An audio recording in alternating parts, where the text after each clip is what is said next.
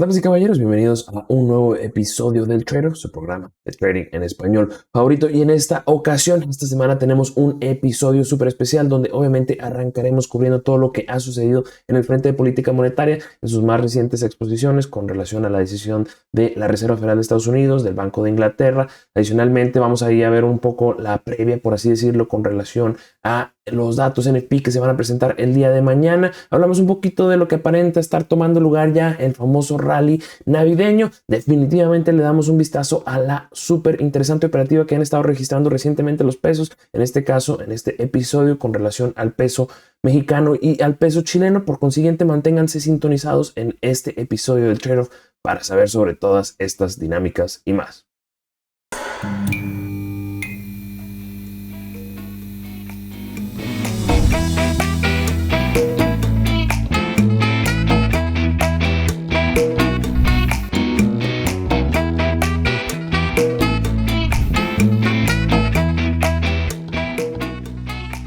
Damas y caballeros, es de verdad todo un placer estar de vuelta al micrófono en un episodio más del Trade-off. Y rápidamente le voy a dar la bienvenida a mis compañeras. Tienen ya en pantalla a Javiera de Blue Chip Finance y a Gabriela de Inversiones y Trading. Mis estimadas, ¿cómo han estado? Bien, súper bien. Yo acá en Francia, las 7 de la tarde. Muy bien, no, todo bien por acá también.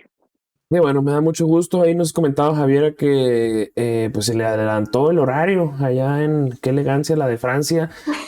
Ese es un periodo que siempre, digo, obviamente en la parte de primavera y en la parte del otoño, que siempre es un rollo, porque bueno, obviamente los que estamos en los mercados sabemos que luego tenemos que lidiar con otras personas de otras partes y bueno, luego unos cambian de diferente manera, se esperan un poco más, unos lo hacen más pronto y siempre es todo un rollo ahí cuando empiezan los cambios de horario. Sin embargo, bueno, pues muy feliz de estar aquí con ustedes en un episodio más. Se nos acabó el mes tenebroso de octubre, el cual no solamente por los monstruos y todo eso, yo creo que ahí en los mercados pues estuvo bastante agresivo el asunto. Y bueno, para este episodio pues tenemos mucho de qué hablar. Creo yo que estamos en una semana en la cual puede ser esa en la cual empezamos a cambiar un poquito la dinámica que había estado sucediendo anteriormente. Entonces creo que hay mucho de qué hablar. Mis estimadas, antes de que nos vayamos ya ahora sí a la parte fundamental, tengo que hacer un aviso súper importante. La semana del lunes 13 de noviembre, vamos a estar llevando a cabo un webinario especial con relación al rally navideño. Por consiguiente, todo el mundo está invitado. A los de la audiencia que estén viendo este evento, este episodio del Trader, por favor regístrense, tienen el enlace, por así decirlo, la invitación al registro ahí en la descripción de este episodio. Por consiguiente, pues están todos invitados para que sepan un poco cómo pues se da esta dinámica, qué es lo que significa y pues dónde pueden estar las oportunidades de trading. Buenísimo. Y bueno, ya habiendo hecho esa invitación, ¿qué les parece, mis estimados? Y nos vamos ahora sí a lo que nos corresponde para esta semana en el ámbito macro. Vamos con todo. Vamos.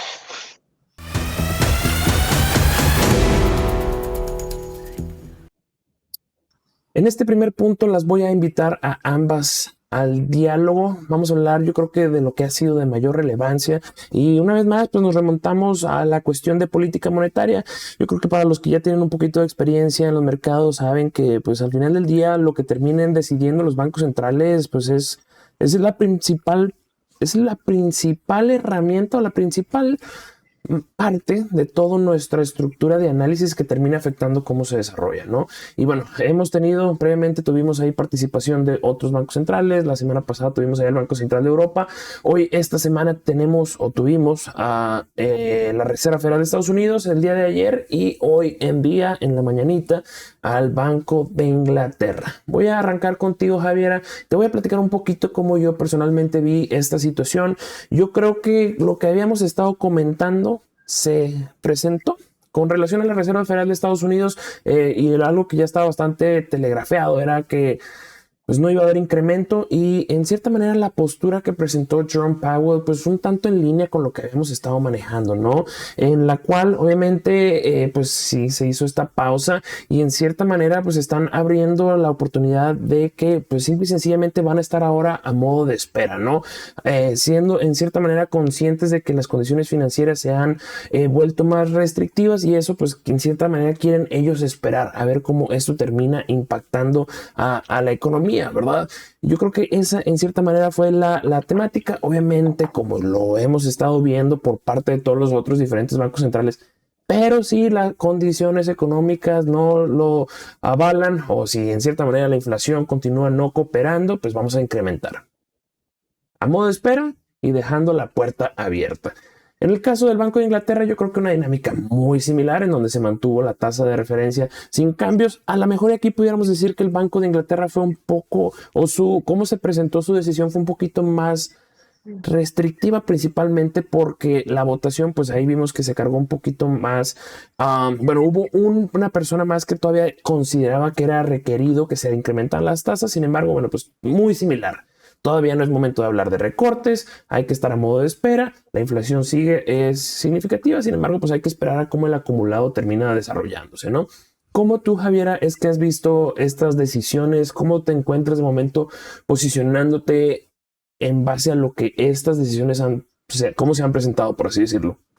La verdad es que, bueno, complementando lo que tú dices, es que efectivamente la Reserva Federal está mostrando una imagen como más de espera, de que efectivamente está diciendo que hay suficientes riesgos todavía para tomar una decisión final.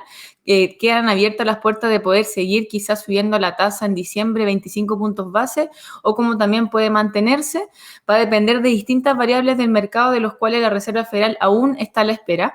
De todas formas, igual podríamos considerar que el empleo, la producción se encuentran bastante fuertes, y muchos inversionistas, muchos economistas habían considerado quizás la posibilidad de un escenario conocido como aterrizaje suave.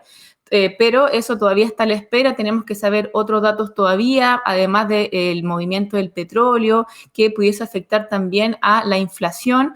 Por lo tanto, creo que la Reserva Federal en este momento está a la espera de ver cómo repercute el crecimiento y la política monetaria restrictiva que ha llevado ya por mucho tiempo en el mercado, y luego tomar una decisión final más estricta, creo yo.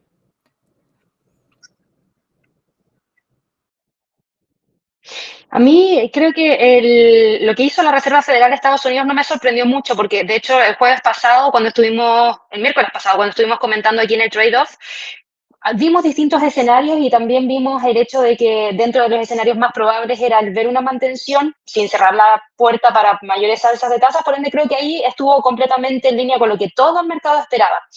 Quien sí creo que sorprende igual un poco es el Banco de Inglaterra. Se unió a todos estos bancos que mantuvieron la tasa. Hace sentido con todo lo que ha estado pasando a nivel internacional. Eso sí, la tasa de inflación todavía sigue estando extremadamente alta, está en un 6,7%, lo que es más de 3 veces de ese objetivo que tiene el Banco de Inglaterra de tener una tasa de un 2%. Entonces, claro, algunos quizás se sorprendieron, pero el tema está en que, claro, aquí el Banco de Inglaterra lo que está haciendo es tratar de no comprometer las cifras de crecimiento, porque de hecho, entre toda la información que se nos entregó el día de hoy, también conocimos un montón de información de proyecciones, y el Banco de Inglaterra espera que no haya crecimiento en el trimestre entre julio y septiembre prácticamente. Entonces, claro, yo creo que están tomando esta postura para no entregarle más presión a la economía y que después eso termine generando, por ejemplo, un año 2024 mucho más complejo de lo que ya hoy en día proyectan. Entonces, creo que se la están tomando con calma para poder tratar de mantener la economía a flote. Claro, totalmente de acuerdo. Y que de hecho quiero hacer otra siguiente pregunta, por decirlo, todavía manteniéndonos en este tema. Yo creo que sí, definitivamente, bueno, el Banco de Inglaterra se ve un poquito más ahí comprometido en lo que ya estarían poniendo de momento como un deber dual, ¿no? No solamente con la inflación, sin embargo, dado que ya están en un proceso un poco más desfavorable en el frente económico, pues no es lo mismo decir, me voy a quedar aquí tranquilito esperando cuando tienes un crecimiento de 4.9%, ¿sí? Pues estoy en una situación un tanto precaria, ¿verdad? Es diferente el Claro. cómo se aborda ahí un poco la dinámica. Obviamente algo que estamos también observando tras este tipo o tras estas decisiones, pues es la cuestión de recortes, donde los mercados de momento todavía pues esperando recortes en prácticamente la mitad del 2024. Sin embargo, yo creo que un mensaje que se ha visto bastante reiterado es: no es momento de hablar de recortes. ¿Cómo están ustedes considerando esa parte en lo que recae ya? ¿Cuándo es que se va a empezar a flexibilizar un tanto la política monetaria? No sé si quieres arrancar tú, Javiera o Gabriela.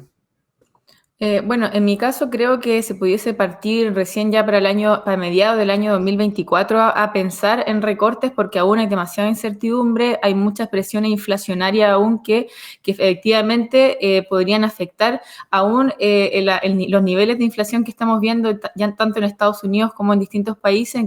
Creo yo que se podía aplazar y sobre todo las repercusiones efectivamente del empleo, de la producción y de la alta actividad en la inflación. Entonces todavía hay mucho que observar manteniéndonos en altos niveles antes de pensar en bajar tasas de interés. Yo creo que para la Fed, quizás ver recortes de tasas de interés, por ejemplo, para el primer semestre, no me parece algo tan próximo a que ocurra. Quizás sí para el cierre del año, dependiendo de cómo impacta mantener las tasas en los niveles actuales por un tiempo prolongado, que todavía no lo hemos visto, pero algo de información tuvimos esta semana con los datos provenientes desde el sector de manufactura. Ahora, quien sí creo que quizás podría generar algún tipo de recorte antes de tiempo es el Banco de Inglaterra, porque el Banco de Inglaterra sigue teniendo inflación súper alta, sí, es correcto, pero la economía, y aunque no sea igual un objetivo del Banco Central, yo creo que en cierto grado igual esperan que, por ejemplo, tengamos estas proyecciones de crecimiento bastante bajas para el 2024. De hecho, esperan que no crezca nada la economía del Reino Unido para el 2024 y que tan solo crezca 0,25% para el año 2025, lo que es bajísimo. Entonces, siento que quizás ellos, por presión de generar mayor dinamismo a la economía, podrían generar algún recorte de tasas antes de tiempo, pero no lo veo tampoco en el primer semestre del 2024. Hola traders, espero que se encuentren disfrutando de nuestro contenido. Si te ha gustado este material, por favor recuerda darle like. Si aún no lo has hecho, asegúrate también de suscribirte al canal y activar la campana de notificaciones. De esa manera siempre serás de los primeros en enterarte cuando publiquemos nuevos contenidos.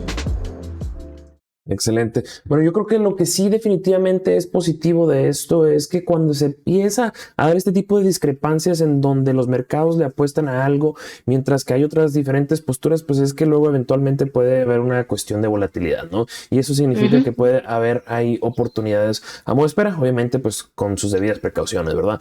Mis estimados, nos vamos al siguiente punto en donde aquí quiero escuchar de tu parte, Gabriela, porque se nos viene, yo creo que uno de los eventos económicos de mayor relevancia.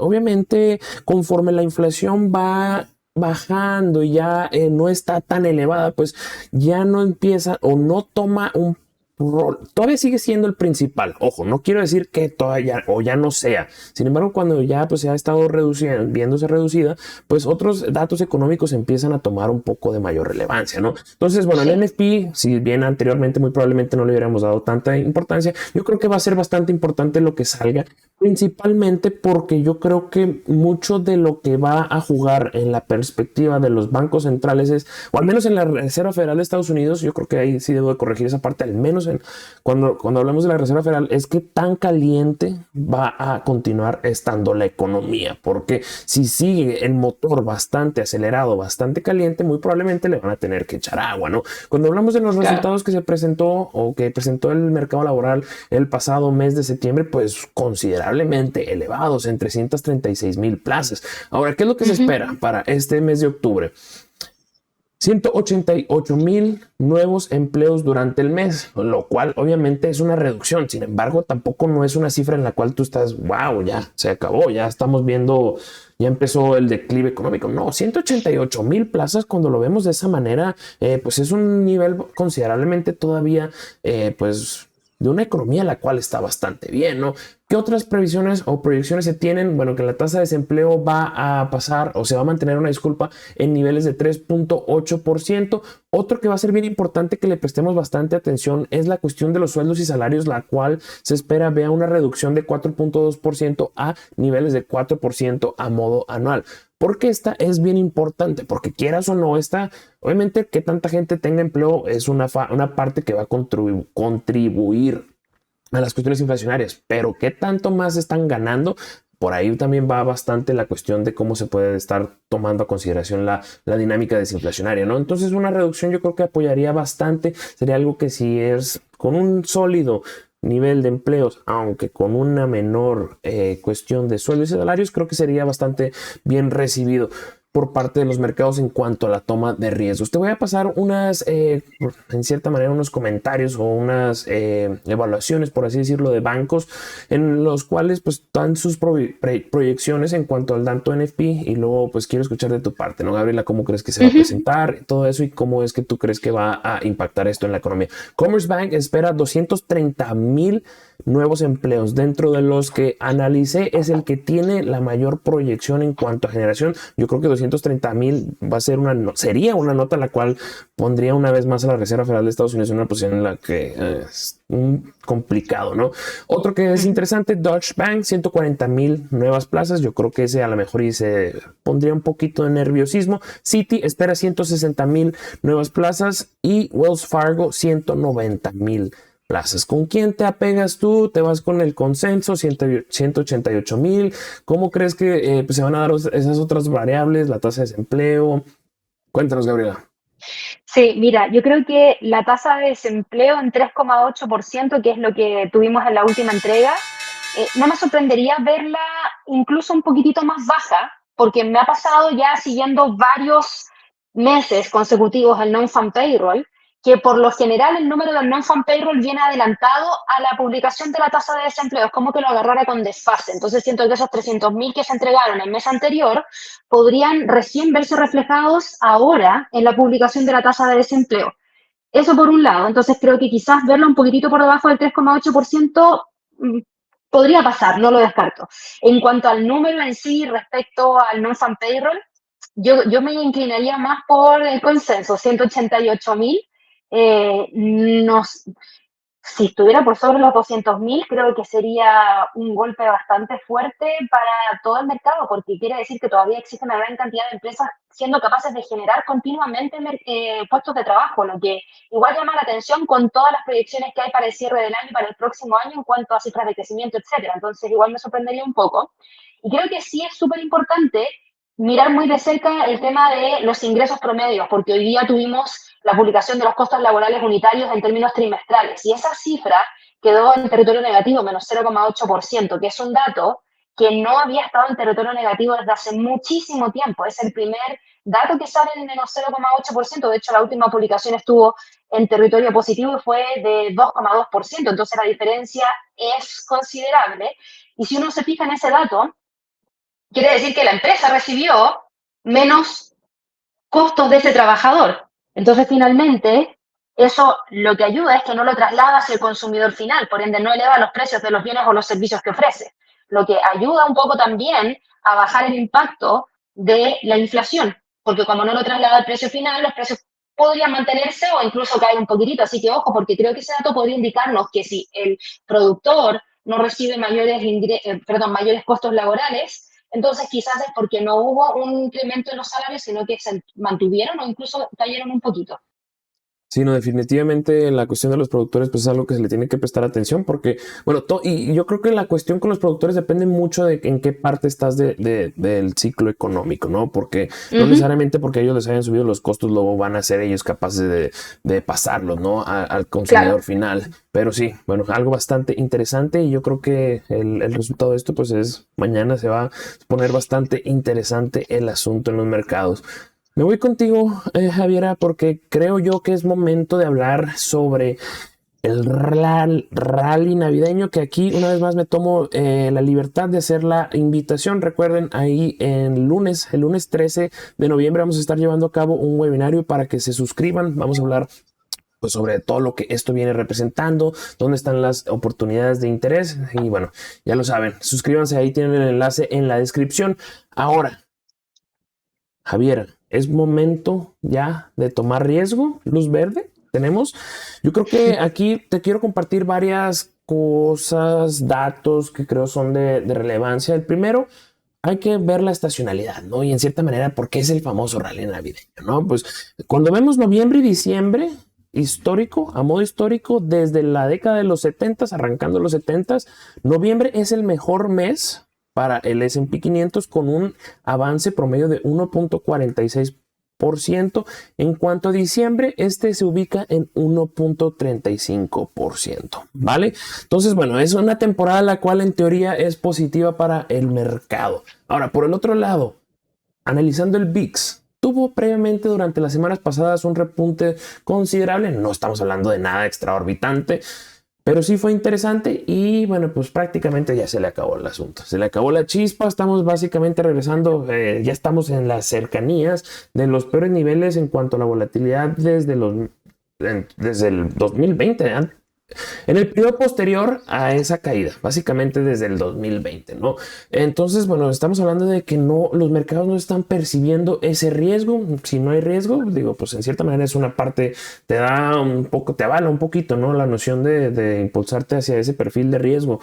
Ahora, política monetaria, aparentemente también por ese lado estamos recibiendo pues estamos a modo de espera y los mercados no va a haber más incrementos.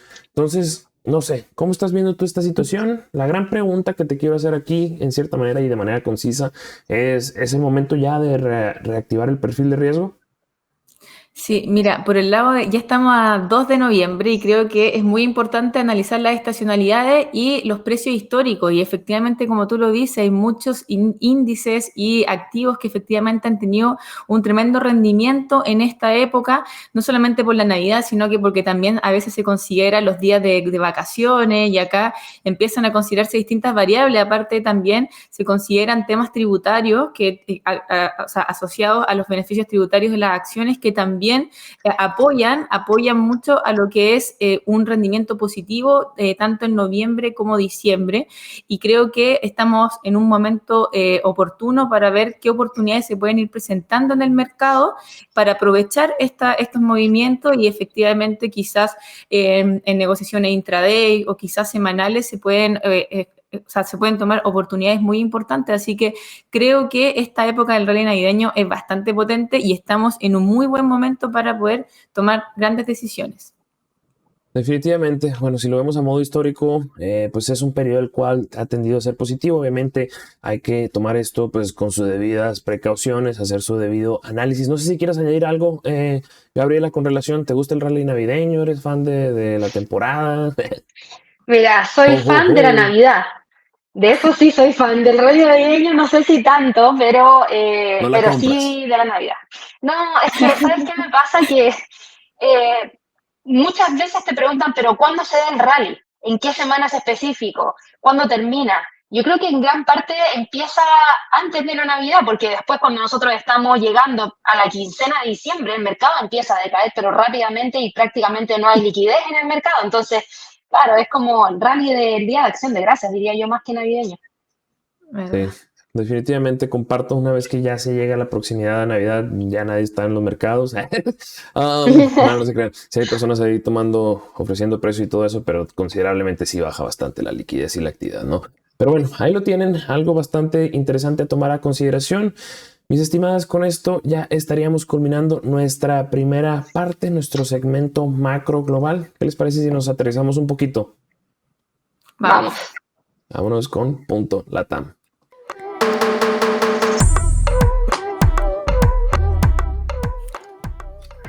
¿Qué le pasó al peso chileno? Vamos a ver. Javier, ilústranos porque, bueno, wow. Yo creo que lo habíamos puesto ya como una divisa a la cual pues se le había atropellado bastante, pues está mostrando una vez reactivación, está mostrando señales de cobrar vida. Vamos a hacer una recapitulación. Recapitulación. Es que por la audiencia, ahí palabras sobre esdrújulas se me complican. No fue tan agresivo en cuanto a sus recortes. Yo creo que las expectativas eran que iba, bueno, a proceder con 75 puntos base. Fue menos agresivo en ese aspecto.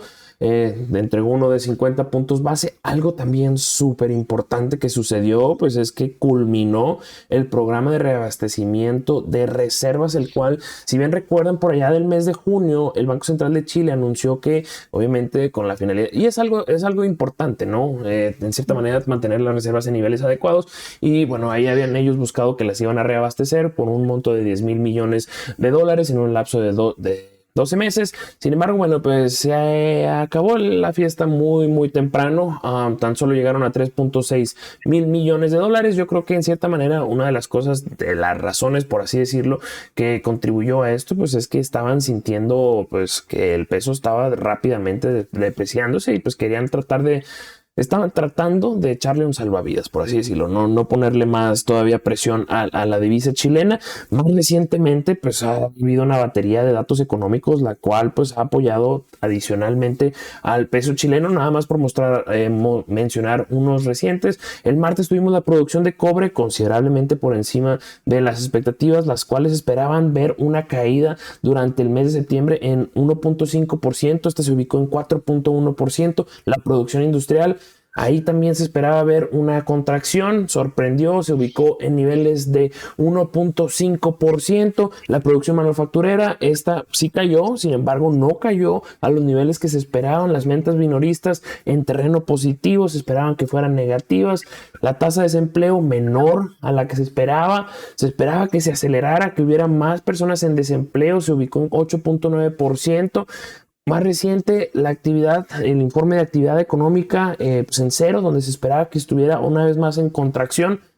Todo esto apoyando al peso chileno. Entonces yo creo que la pregunta es, ¿qué tanto más? Ya estamos viendo, estamos saliendo, ¿cómo se dice? Estamos viendo el final del túnel. Luego al ¿Cómo final del estás túnel. ubicando de momento el peso chileno? Bueno, en mi caso yo creo que el peso chileno tomó un respiro realmente porque efectivamente se dio una seguidilla de índices, indicadores económicos que afectó positivamente el peso, apreciando la moneda nacional, ubicándose en 889 pesos, siendo que había alcanzado un máximo de 950. De hecho, muchos estábamos viendo un canal alcista que podría haber alcanzado niveles de casi 1.000 pesos. Y bueno, esto debido a lo que tú comentas, efectivamente la economía está mostrando mejores indicadores, un aumento en el IMASEC de 0,6%. Tenemos que saber que los últimos 5 IMASEC habían sido negativos, por lo tanto es un dato importante. El tema del desempleo que tú comentas, bueno, el mismo hecho de que el Banco Central se esperaba una disminución de 75 puntos base y fue 0,5%, y el tema de la Reserva Federal, que efectivamente mantuvo la tasa de interés. Ahora, creo que hay hartas variables que hay que considerar para poder estimar un valor del dólar a futuro, porque todavía hay variables como, por ejemplo, la economía en China, como, por ejemplo, la economía también en Chile, cómo se vaya desarrollando, que puede ser más bien estacional esta disminución, pero claro, habría que considerar cómo vaya avanzando la economía en Chile y ver cómo los efectos internacionales impactan a la moneda nacional. Quiero profundizar un poquito porque creo que haces muy bien en el aspecto de decir, hey, no es como que ya se acabó esto, porque la realidad de las cosas, cuando vemos el entorno global, todavía estamos hablando de una situación en la cual, uno, no se ha conquistado la inflación del todo, ya ha habido progreso, sí, estamos cerca, no se ha hecho del todo. Las tasas están elevadas. Eso eventualmente puede tener un impacto en el frente económico, ¿no? Entonces, bueno, yo creo que decir ya se acabó el riesgo a volver a tomar posiciones, pues buscando esa exposición de riesgo, pues, hay que ser un tanto precavidos, ¿no? Pero bueno, así es donde nos encontramos de momento. Me voy contigo, Gabriela, porque vamos a hablar del otro peso. Del superpeso mexicano. Aparentemente está poniéndose la capa una vez más, ahí recientemente teniendo movimientos considerables superiores al 1%, y yo creo que aquí este comportamiento en cierta manera ha sido, bueno, antes de que me vaya a lo que recientemente hay que hablar, que el peso mexicano no había sido desfavorecido tanto como su contraparte chilena, principalmente bajo la noción de que la economía había estado un poquito más estable, y hay que también tomar en consideración que uno depende más de Estados Unidos, mientras que el otro, pues su economía depende más de China, ¿no? Y ahí yo creo que eso fue uno de los factores que jugó pues a favor del peso mexicano, que hubiera estado en una mejor posición y hubiera podido sopesar este reciente proceso en el cual pues se había visto aversión al riesgo y en la cual pues en cierta manera los pesos en conjunto se habían visto afectados, no tan afectados como el peso chileno. Ahora, bueno, yo creo que más recientemente, ya cuando lo aterrizamos, ¿qué ha estado sucediendo? Pues en primera instancia, el saber que la Fed ya no anda aparentemente como lo están tomando los mercados, ¿no? Porque también hay que enfatizar que, bueno, la Fed todavía, bajo su perspectiva, ellos creen que todavía pueden actuar si es necesario, ¿verdad? Pero los mercados están diciendo, hasta aquí llegamos, ya no va a haber más incrementos, y eso en cierta manera, pues le ha favorecido al peso mexicano, ¿no? Otra cosa que también creo yo, desde el punto de vista, pues hay que recalcar o recordar más que nada, pues el peso mexicano en cierta manera es un proxy para ese tipo de exposición en el mercado FX a riesgo, ¿no? Entonces, bueno, yo creo que ahí se está viendo beneficiado también por esa parte. Recientemente también ha gozado la economía, como su contraparte chilena, de datos económicos positivos, el manufacturero, el PMI regresando a territorio de expansión, la confianza empresarial subiendo, el PIB pues se ubicó mejor de lo esperado en niveles de 3.3% para el tercer trimestre. En cierta manera, pues todos estos datos económicos apoyando el perfil mexicano, ¿no? Entonces, bueno, aquí yo creo que la pregunta, Gabriela, es muy similar a la del peso chileno, ¿no? ¿Qué tanto más tiene el peso mexicano de cara al futuro? ¿Ves potencial de revalorización adicional? ¿Es simple y sencillamente una pausa? ¿Se está tratando o se está, en cuanto a la acción de precios, pues recuperando un poco de lo recientemente perdido? ¿Dónde te ubicas cuando se habla de momento en cuanto al peso mexicano? Sí, mira, a ver, hoy día la caída que está teniendo el dólar frente al peso mexicano, bueno, viene en gran parte por lo que pasó el día de ayer de parte de la Reserva Federal, donde ya gran parte del mercado asumió que no tenemos más alzas de tasas, aunque todavía existe alguna pequeña posibilidad de que podría darse, no se puede echar por la borda de una, pero creo que técnicamente ha logrado recuperar niveles bastante importantes el dólar frente al peso mexicano. Entonces yo creo que vale la pena poder revisar el precio de cierre de la vela del día de hoy y el precio de cierre de la vela del día de mañana, porque por lo menos yo tenía una línea de tendencia alcista que venía desde septiembre y que, claro, nos empujaba hacia arriba, es la que nos llevó a ver la ruptura de una media móvil de 200 que teníamos en 17.70, es la que nos llevó a alcanzar ese nivel de los 18.40 que no logró romper, y de hecho yo lo estuve siguiendo por varias semanas, los 18.40, y veía como cada vez que llegaba a esa zona lo rechazaba. La incertidumbre respecto a esas tensiones que eventualmente existían entre Estados Unidos y México por el tema de la migración, como que ya perdió un poco la fuerza con la que se vio en su momento, y creo que el mercado ya empezó a relajar un poco a raíz de lo mismo, y la caída del día de hoy nos llevó a romper la línea de tendencia alcista hacia la baja y una media móvil de 50 periodos también hacia la baja. Entonces, como todavía la vela no cierra, a mí me gusta ver los quiebres con velas cerradas diarias, y todavía me faltan horas para que cierre el día, tengo que esperar y ver dónde cierra, porque si es que logro ir a cerrar por debajo de ese nivel, que está cercano a los 17,58 más o menos, creo que existe una posibilidad de que pueda continuar con la depreciación, sobre todo en este momento en el cual se da esa combinación de especulación por el rally navideño, esa especulación de que como no vamos a tener más alzas de tasas, las acciones podrían subir y gran parte del mercado podría sacar sus flujos de capitales desde el mercado de divisas para irse al accionario,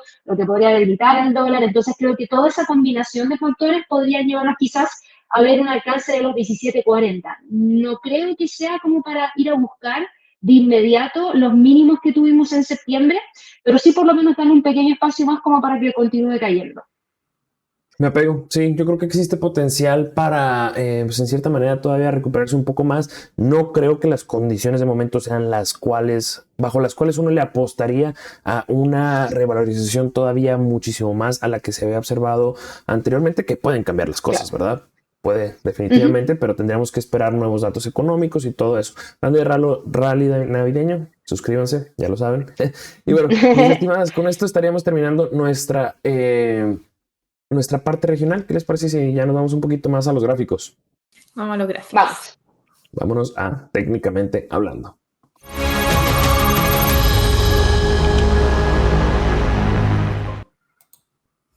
Fíjense a quién traigo yo esta semana.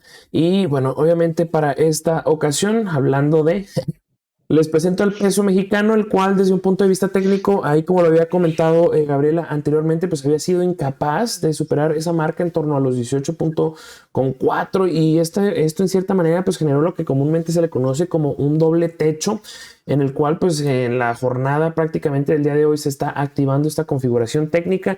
Obviamente esta se habla bajo la noción técnica de que la operativa debería de continuar por allá de los 17.2. Sin embargo, bueno, yo creo que en camino a ese nivel de soporte, pues se incorpora un nivel técnico de suma relevancia, la directriz descendente proveniente de los máximos de julio del año pasado. Por consiguiente, pues algo ahí a tomar a consideración.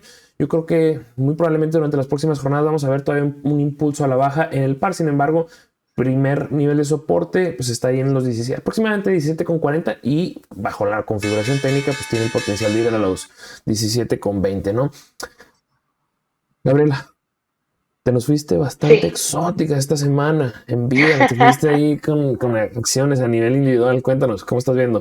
Sí, mira, esta semana me puse, como dijiste tú, más exótica porque este hombro, cabeza, hombro que hizo Nvidia, ni siquiera fue crédito mío, fue crédito de un espectador en el canal de YouTube que me dijo llegar y por favor analicemos un hombro, cabeza, hombro en Nvidia y la verdad es que se veía pero perfecto, perfecto para buscar la ruptura de los 400 y después tratar de buscar los 374, pero los 400 no era cualquier nivel, era un nivel doble cero, era un nivel que había logrado mantener desde prácticamente junio de este año y en el cual también nosotros teníamos que entender que le iba a costar quebrar. Entonces lo he venido siguiendo desde prácticamente la semana pasada hasta ahora y finalmente el precio no logró generar la ruptura de los 400, sino que por el contrario, con las noticias que han pasado, logró impulsarse con fuerza hacia el alza y quebrar momentáneamente una pequeña línea de tendencia de corto plazo que era bajista, con ese último movimiento hacia la baja que tuvo, y se aproxima nuevamente a los 440. Yo lo destaco el día de hoy porque creo que técnicamente el nivel de los 400 era un nivel súper sólido y tan sólido que logró frenar en cierto grado el potencial de caída que presentaba ese patrón. Así que por eso lo destaco el día de hoy. Si TradingView es tu plataforma de trading preferida, recuerda que con Pepperstone puedes operar directamente desde TradingView. Esto es súper fácil y puedes solicitar tu operativa desde TradingView en tu área segura del cliente. Pues la verdad es que felicidades a ese cliente, a ese televidente. Sí. La verdad es que rara vez, me gusta mucho, rara vez ves un hombro, cabeza, hombro tan simétrico cuando corresponde a los niveles de los hombros y qué tanto lapso pasa de tiempo entre uno y otro. La verdad es que muy bonita ahí la configuración. Sí, así que había que mostrarlo. Había que mostrarlo, definitivamente. Ahí continúen pasándoles sus sugerencias ahí a nosotros, a todos, y también me las quieren pasar totalmente bienvenidas. Javiera, cuéntanos, ¿traes ahí al euro frente al dólar? Sí, la verdad es que el dólar ha sido bastante, bueno, ha sido una moneda que impactó mucho esta semana con la decisión de la Reserva Federal, hizo que efectivamente el euro dólar entrara en una indecisión si al alza o a la baja, pero efectivamente el mercado ya tenía pensado el hecho de que se pudiese mantener la tasa de interés, entonces no había tanta nivel de volatilidad ante los inversores, pero el euro dólar podemos ver que ha venido cayendo desde agosto aproximadamente y hoy día se encuentra en un canal lateral. Creo que podría significarse lo que está ocurriendo en este momento, un patrón de continuación de tendencia, el cual si es que llega a romper el soporte en la zona de 1.04 dólares por euro, esto podría llevar de vuelta a una cotización de mínimos anteriores. Creo que es un par de divisas que hay que observar, sobre todo con que una situación compleja en la economía hace que principalmente se pueda fortalecer el dólar como una moneda de refugio. Entonces, creo que era importante analizar lo que estaba ocurriendo en el euro dólar después de la decisión de la Reserva Federal. Totalmente de acuerdo, ¿no? Yo personalmente había una banderita que me estaba gustando mucho, mucho, pero no, hasta ahorita el mercado, no, la operativa no está cooperando, pero bueno. Mis estimadas, con eso estaríamos terminando nuestro segmento técnico. ¿Qué les parece si pues nos la jugamos? Jugámosla. Es hora. Vámonos a la jugada del día.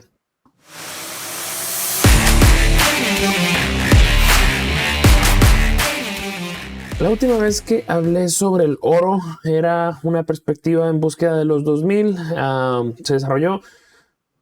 A partir de ahí, pues no se llevó a cabo la confirmación de que este movimiento pudiera estructurarse en algo que fuera con un perfil todavía más ascendente. En cierta manera lo puse muy rimbombante, pues los 2000 no se quebraron. Y ahora la noción está en si estamos entrando en un periodo de toma de riesgo, que aparentemente, digo, menos VIX, los mercados bursátiles al alza, a lo mejor esto puede pegarle a un activo de seguridad, ¿no? Como el oro. ¿Cómo me la estaría jugando? En cierta manera necesito ver una ruptura a la baja, por así decirlo, en torno a los 1900, vamos a ponerlo en torno a los 1984, es donde se tiene ese nivel de apertura en corto, buscando los mínimos de 1940. En este caso, como podemos observar en pantalla, un nivel de precios el cual previamente funcionó tanto como resistencia como soporte, y en cierta manera nos está indicando que es un nivel en el cual se pudiera estar dirigiendo la operativa si se pierden esos 1984. ¿Dónde estaría invalidada esta perspectiva? Obviamente, si superamos los 2000, si superamos los 2010, no tiene nada que hacer. Esto es una estructura en la cual todavía está en un perfil ascendente, por consiguiente, pues no deberíamos estar en ventas, ¿no? Ratio de riesgo-recompensa no es el más atractivo que digamos. Los niveles que permiten esta operativa pues están un poco amplios y bueno, pues no es superior a 2, que me hubiera gustado que fuera ese el caso. Sin embargo, pues es de 1.7 para que, bueno, ahí lo tomen a consideración. Gabriela, cuéntanos. Sí, aquí traigo al australiano dólar que venía con una tendencia bajista muy marcada y que había logrado mantener muy bien desde prácticamente los máximos de julio, pero esta semana tuvimos datos provenientes desde Estados Unidos que debilitaron al dólar y que nos llevaron a ver este incremento de parte del dólar australiano que llegó a alcanzar los 0,6450 después de romper una zona en la cual venía oscilando muy tranquilamente y que tenía marcado ahí en el gráfico entre los 0,64, 0,6350, y también se está logrando posicionar por sobre una media móvil de 50 periodos. Entonces, ¿qué me pasa con el australiano dólar? Que tengo dos posturas. Por un lado, esta semana tuvimos datos provenientes desde China, el sector de manufactura, que sigue entregando malos datos a pesar de todos los estímulos que se le han entregado a la economía, y eso en cierto grado también deprecia el dólar australiano. Pero concuerdo contigo en la posibilidad de que quizás podríamos tener algún pequeño rally dentro del mercado accionario, aprovechando todas estas noticias, generando alguna pequeña debilidad de el dólar, que podría en algún punto llevarnos a tener algún pequeño incremento de parte de este instrumento. Por ende, lo que estaría mirando muy de cerca es el nivel de resistencia. El nivel de resistencia que tenemos ahí en torno a la zona de los 0,65. Creo que si el precio llega cercano a los 0,65, más o menos, que creo que es donde está la media móvil de 100 periodos, perdón, estaría evaluando si es que no logra romper. Si no logra romper, creo que sería bastante interesante ver alguna nueva caída de parte del dólar australiano, pensando en el largo plazo y viendo a un dólar australiano más débil que a un dólar norteamericano por el simple hecho de la gran dependencia que tiene Australia de China, y que dado que China todavía no logra mejorar, podría seguir arrastrando un poco más a Australia en este caso y por consecuencia a la paridad. Excelente. Javiera, cuéntanos. Sí, quise traer el Nasdaq principalmente porque sigo confiando en las tecnológicas, y aparte que si ustedes pueden ver desde el principio de año tenía un tremendo crecimiento, o sea, de más de 50% de crecimiento. Claramente este es un crecimiento que no es anualizado, pero de todas formas igual considerarlo. Ahora empezó a lateralizar, pero con las noticias de la mantención de la tasa de interés y también de que efectivamente la Reserva Federal en algún momento podría llegar a disminuir las tasas. Esto podría traer consecuencias positivas en los índices accionarios, y en este caso a Nasdaq. Y en este caso traigo una jugada más bien de largo a la resistencia, pero más bien en niveles de 15.300. En niveles de 15.300, ya que empezó a mostrar buenos números, entró nuevamente al canal lateral. Podemos ver aquí un pullback que se originó principalmente por el tema de los bonos del Tesoro en Estados Unidos, pero hoy día estamos viendo un crecimiento que a mi parecer podría seguir subiendo hasta la resistencia aproximada. Me gusta mucho, me gusta esa gráfica mucho porque, bueno, uno puede adoptar, y disculpa que me meta un poquito en tu jugada, pero pues en cierta manera pudiéramos decir que esto que vimos en octubre fue una falsa ruptura de ese rango y bajo la reincorporación. Me gustaría todavía tener una confirmación ahí de una ruptura si dibujamos una directriz descendente proveniente de los máximos del 2023. Si se rompe esa, totalmente me voy. Yo creo que a la resistencia que estás mencionando. Me gusta mucho. Me gusta mucho. Perfecto. Súper bien. Mis estimadas, pues estamos llegando al final de este nuevo episodio del Trade-Off. De verdad ha sido un placer estar al micrófono con ustedes. Les mando un muy fuerte abrazo. No sé si quieren decirle algo a la audiencia antes de que nos retiremos. Un abrazo a todos y bueno, en mi caso, si ven los últimos 2 trade-off, había tenido unos problemas de audio, pero ya me estoy preparando más para no tener problemas y poder llegar con mejor calidad para ustedes. Perfecto. No, yo los quiero nuevamente invitar a que se suscriban al canal, que nos dejen los comentarios, que nos regalen muchísimos likes y también prontamente ya se va a incorporar Javier a estas sesiones de trade-off. Ahí me voy a estar turnando con él, viene en representación de inversiones y trading, así que creo que va a estar bastante interesante la dinámica que se nos va a estar dando. Excelente, ¿no? Totalmente entusiasmados de que se nos incorpore Javier. Bienvenido. Obviamente, eventualmente le daremos la bienvenida, pero sí, tienes los brazos abiertos y gustosos de que te nos incorpores. Y bueno, audiencia, les mandamos un fuerte abrazo. Que pasen una excelente tarde. Que estén muy bien. Chao, chao.